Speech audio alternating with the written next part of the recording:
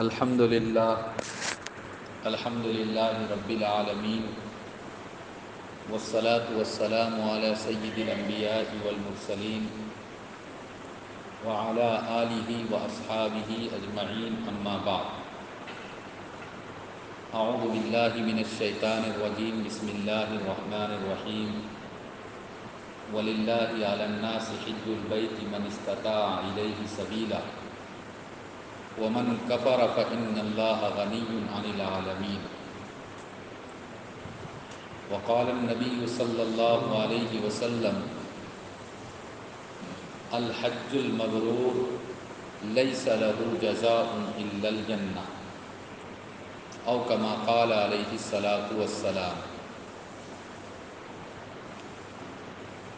آج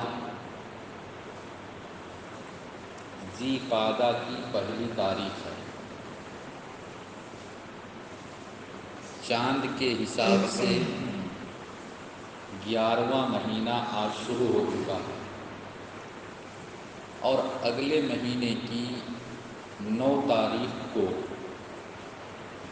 یوم العرفہ اور اس کے بعد 10 تاریخ کو یوم النحر قربانی کا دن۔ رمضان کا مبارک مہینہ ختم ہونے کے ساتھ ساتھ ایک دوسری عبادت کا وقت شروع ہو جاتا ہے اور وہ عبادت ہے حج۔ قرآن کریم میں اللہ تعالیٰ نے بیان فرمایا ہے الحج اشہر معلومات، حج کے مہینے متعین ہیں، فکس ہیں۔ مفسرین کرام نے بیان کیا حدیث کی روشنی میں کہ حج کا مہینہ ایک تو شوال کا مہینہ ہے، رمضان کے بعد والا مہینہ، اور اس کے بعد یہ مہینہ جو آج سے شروع ہوا ذی قعدہ، اور اگلا جو مہینہ آئے گا ذی الحجہ، اس کی 10 تاریخ تک۔ تو شوال، ذی قعدہ اور ذی الحجہ کی 10 تاریخ، 10 دن، یہ حج کے ایام ہیں، حج کے یہ مہینے ہیں۔ حج کے مہینے ہونے کا مطلب یہ ہے کہ ایک آدمی نے پلان بنایا کہ مجھے اس سال حج میں جانا ہے۔ اب ان کی فلائٹ تو ہے ذی قعدہ کے مہینے میں یا اخیر میں جائے گا تو حج سے 2-4 روز پہلے۔ اگر وہ یہ سوچے کہ رمضان کا مہینہ آ گیا ہے، میں ابھی سے حج کا احرام باندھ لیتا ہوں، تو رمضان کے مہینے میں حج کا احرام باندھنا یہ جائز نہیں ہے، وہ نہیں کر سکتا۔ البتہ رمضان کا مہینہ ختم ہونے کے بعد جب شوال کا مہینہ شروع ہوتا ہے تو حج کا دن اب شروع ہو گیا۔ اب اگر کوئی حج کا احرام باندھنا چاہے وہ حج میں جائے گا 1 مہینے کے بعد، 1.5 مہینے کے بعد، لیکن شوال کی پہلی تاریخ کو گھر میں ہی وہ حج کا احرام باندھ کر رہنا چاہے تو اب وہ باندھ سکتا ہے حج کا احرام، وہ اس کو ایسا عمل کر سکتا ہے۔ یہ ہے الحج اشہر معلومات۔ اسلام کے بنیادی ارکان میں سے ایک رکن ہے حج، اور حقیقت میں دیکھا جائے تو اسلام کی تکمیل ہونی ہے حج پر۔ یہی وجہ ہے کہ اللہ کے رسول صلی اللہ علیہ وسلم نے احادیث کے اندر عام طور پر جہاں اسلام کی بنیاد کو، ستون کو، اسلام کے پیلرز کو بیان کیا ہے تو سب سے اخیر میں حج کو بیان کیا۔ اور حج کس پر فرض ہوتا ہے؟ قرآن کریم میں اللہ تعالیٰ نے فرمایا وَلِلَّهِ عَلَى النَّاسِ حِجُّ الْبَيْتِ مَنِ اسْتَطَاعَ إِلَيْهِ سَبِيلًا، اللہ کے لیے ہے لوگوں پر بیت اللہ کا حج، من استطاع الیہ سبیلا، جو بیت اللہ تک پہنچنے کی طاقت رکھتا ہو۔ علماء نے اس کو تفصیل سے بیان کیا اور یہ فرمایا کہ ایک آدمی ایسا ہے جو یہاں سے مکے تک جا سکتا ہے، وہاں سے آ سکتا ہے، ان کے پاس کتنا مال ہے اور ان کے گھر میں جتنے لوگ ہیں، جتنے دن کا وہ سفر رہے گا، حج کے لیے جتنا دن وہ سفر پر رہے گا، اتنے دن کا خرچہ اگر وہ اپنے اہل و عیال کو، فیملی ممبر کو دے سکتا ہے اور راستے میں بھی کوئی خطرہ نہ ہو، امن ہو، آسانی سے جا سکتا ہے، آ سکتا ہے، تو ایسے شخص پر حج فرض ہو جاتا ہے، ایسے شخص پر حج فرض ہو جاتا ہے۔ اب اگر آج کل کے ڈیٹ میں دیکھا جائے تو آسام سے ان سال جو حضرات حج کمیٹی سے جا رہے ہیں ان کو تقریباً 4,10,000 روپے دینے پڑ رہے ہیں۔ اس کے علاوہ 40-42 دن کا سفر ہے۔ میں سمجھتا ہوں کہ 1,00,000 روپے اگر اور ہو جائے تو یہ کافی ہے، اور 40 دن گھر کا جو خرچہ ہے، گھر میں کتنے لوگ ہیں اس حساب سے اگر ان کے پاس گھر کے خرچے کے لیے بھی پیسے ہیں، موٹا موٹی اگر 6,00,000-7,00,000 روپے کا کوئی مالک ہے تو اس کے اوپر حج فرض ہو جائے گا، اس کے اوپر حج فرض ہو جائے گا، اور اس کو چاہیے کہ وہ اپنے تمام کام کو آگے پیچھے کر کے اور وہ اس فریضے کو ادا کر لیں۔ عام طور پر کیا ہوتا ہے کہ ابھی تو ہم جوان ہیں، ہماری عمر ابھی 22 سال 25 سال ہے، ذرا اور وقت گزر جائے تب حج کروں گا۔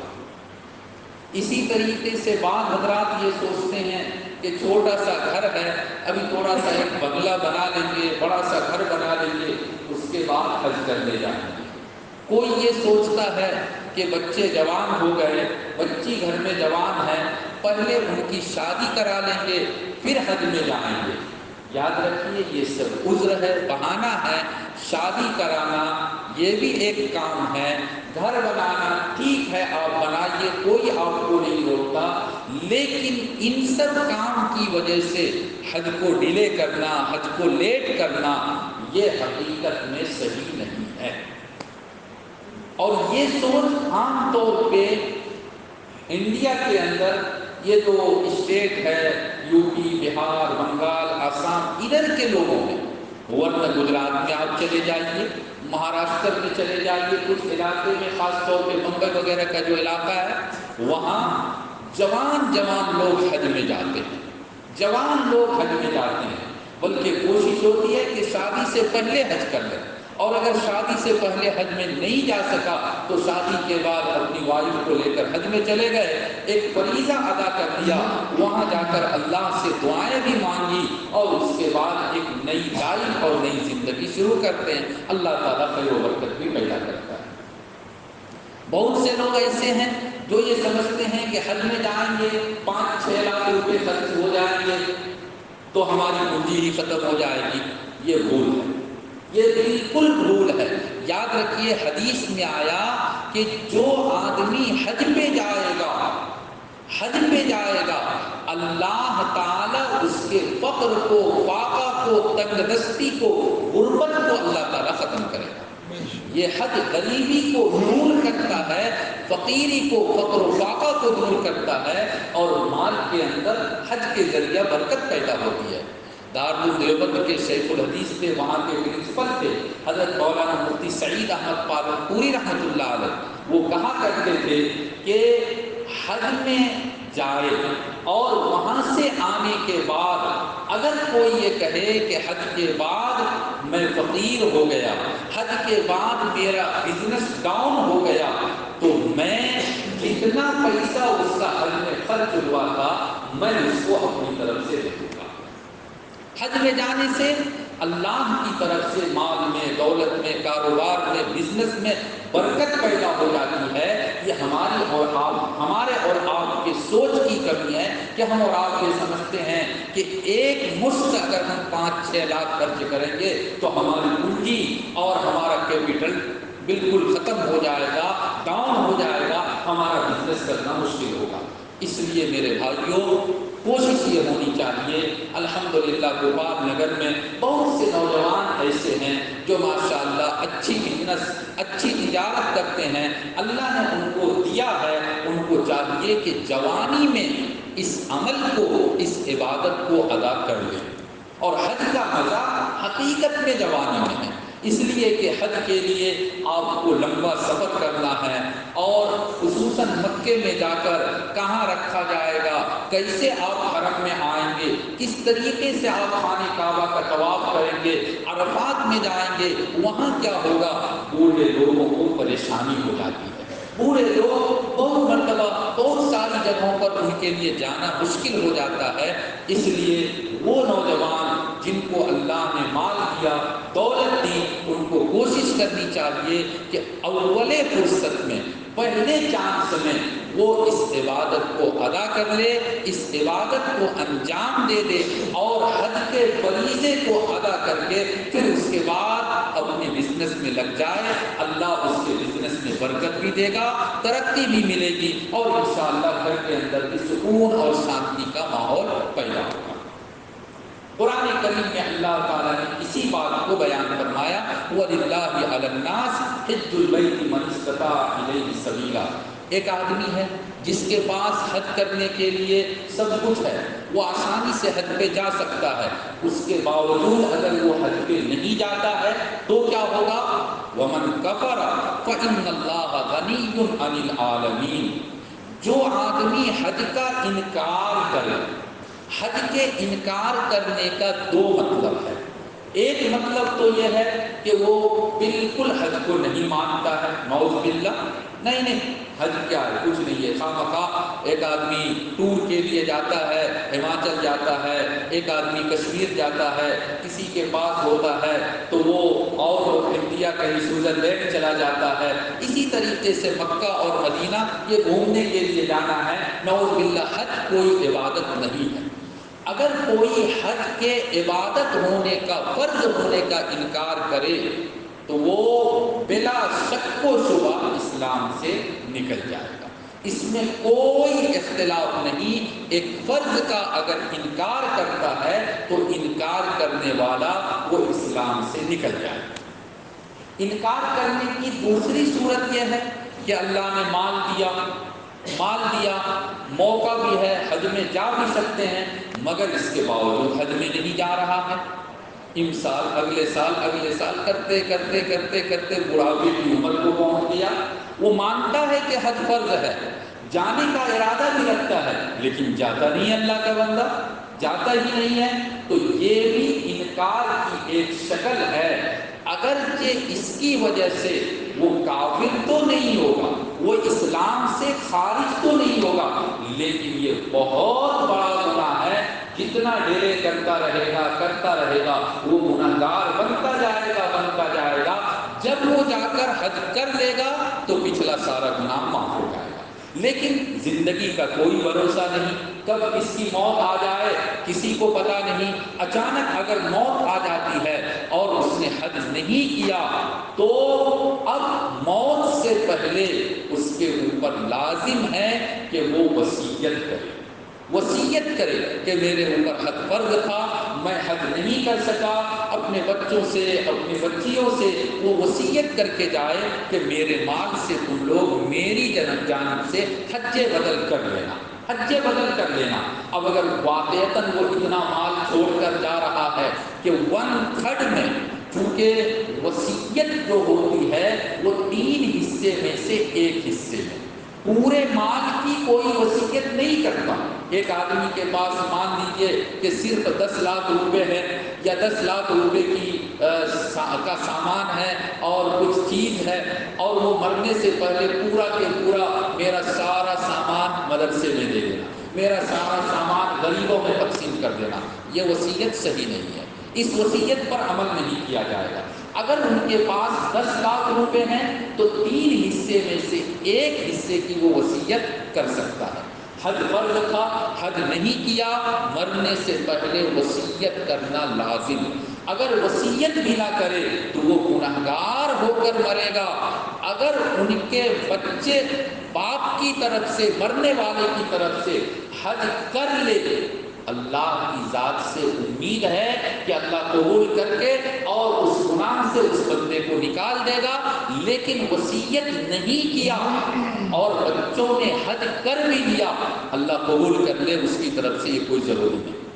اس لیے نوجوانوں، اللہ نے اگر مال دیا ہے اور واقعتاً حج پر جا سکتے ہیں تو حج پر جائیے، حج کیجئے اور وہاں سے برکت کی دعائیں لے کر آئیے، اللہ سے خوب دعائیں کیجئے، اللہ آپ کے کاروبار میں بھی برکت عطا فرمائے گا۔ جو لوگ حج پہ اس سال جا رہے ہیں، ہم سب کے سب دل سے ان کے لیے دعائیں بھی کریں اور یہ کہیں کہ اللہ تعالیٰ ان کا جانا آسان کرے، ان کا آنا آسان کرے اور حج کے جتنے اعمال ہیں آسانی اور سہولت کے ساتھ ادا کرنے کی توفیق عطا فرمائے، اور اللہ تعالیٰ ان سب کے حج کو قبول بھی فرمائے۔ اور اس کے ساتھ ساتھ یہ بھی دعا کرے کہ حج میں جانے والے ہمارے بھائی، ہماری بہنیں، مائیں اور جو بھی حج پہ جا رہے ہیں، جب وہ دعا کے لیے ہاتھ اٹھائے تو اللہ تعالیٰ ان کی دعاؤں میں